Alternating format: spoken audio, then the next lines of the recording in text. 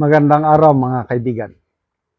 Gusto kong magbigay ng reaction opinion sa mga nababasa kong post na yung mga Pilipinos daw sa Canada na nangharas o na sumigaw, kinuyog si Auntie Claire, pwede daw silang ma-deport pabalik sa Pilipinas. May mga nananawagan, mga netizens, nananawagan. Sobra daw, mali daw yung ginawa. Kaya pwede siyang maparusahan through deportation. Excuse me ha.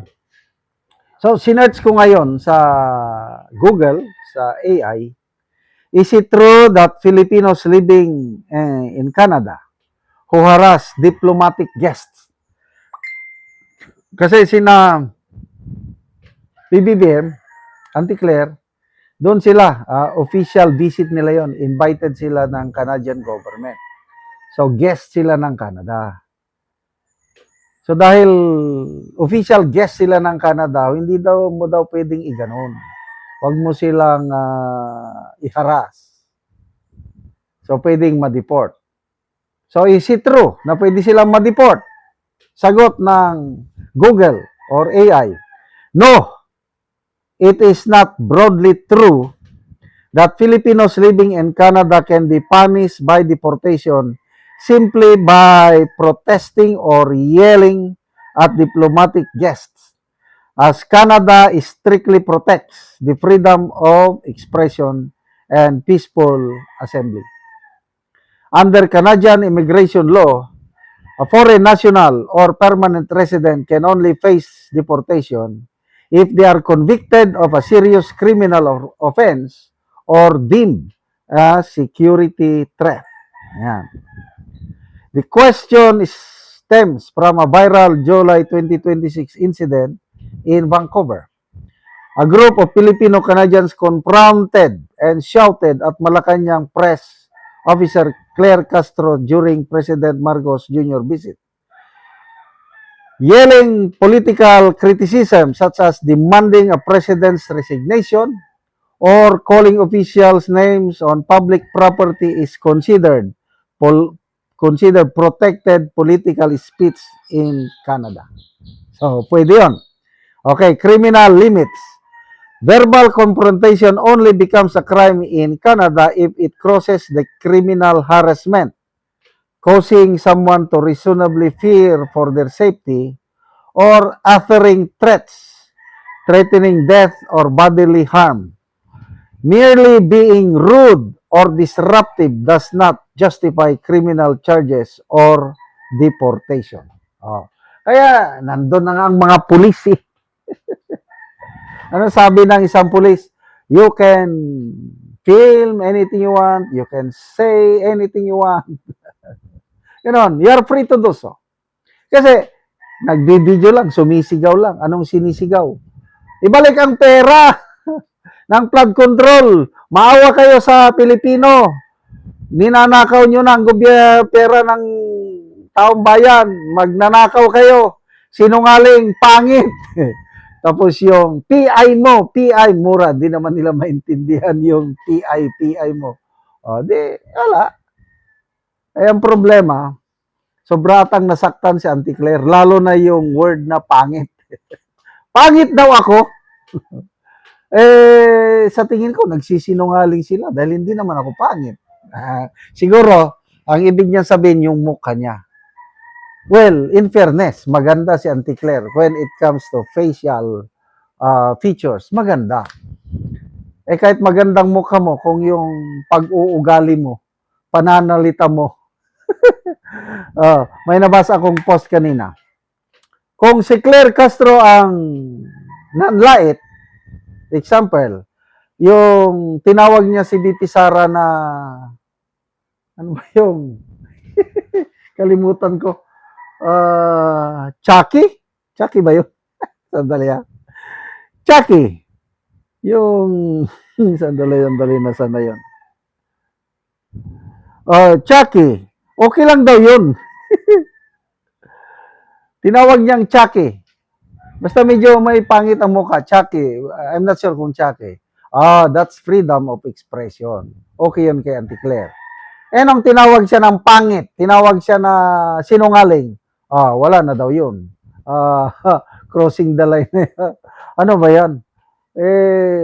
Okay lang sa inyo kung kayo makapanlait, makapang,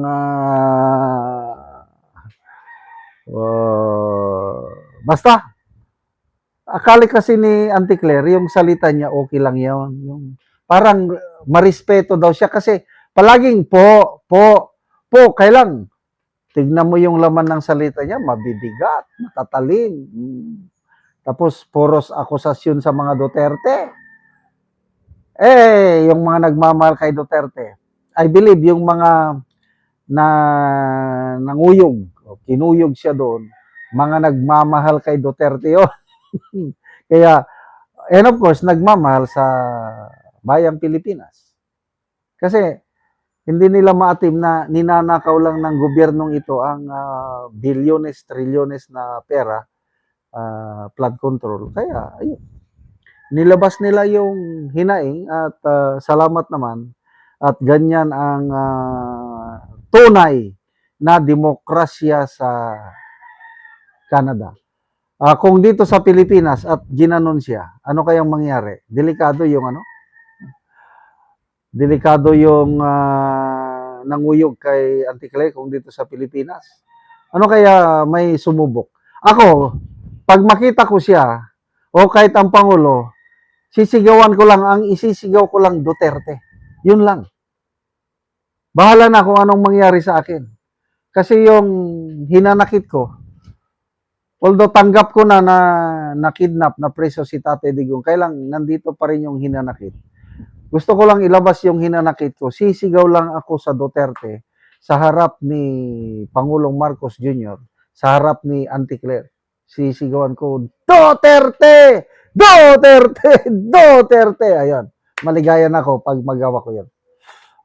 Anong nilabag kong batas? Palagay ko wala naman. Sisigaw ka lang naman ng Duterte. Salamat mga kaibigan sa inyong pagsubaybay sa channel nito. Nakakatulong kayo ng malaki sa tribong Talandig ng Bukidnon dahil ang income natin sa channel nito is pantulong sa tribo.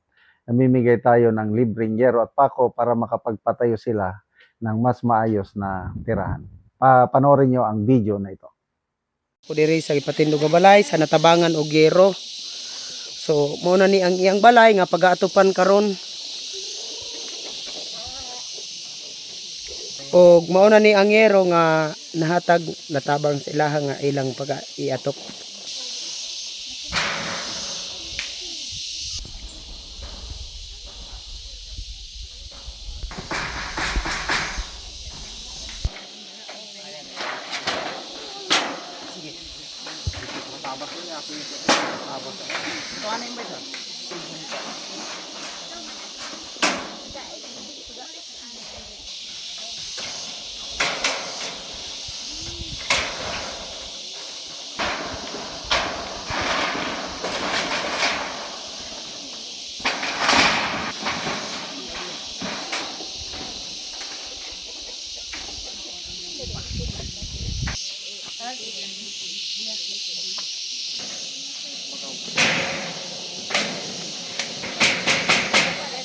Karon man gid ni sa pagatop ang ginatabang nga yero. So makita nato nga natupan na gyud ang ilang ipatindog nga bag-ong balay.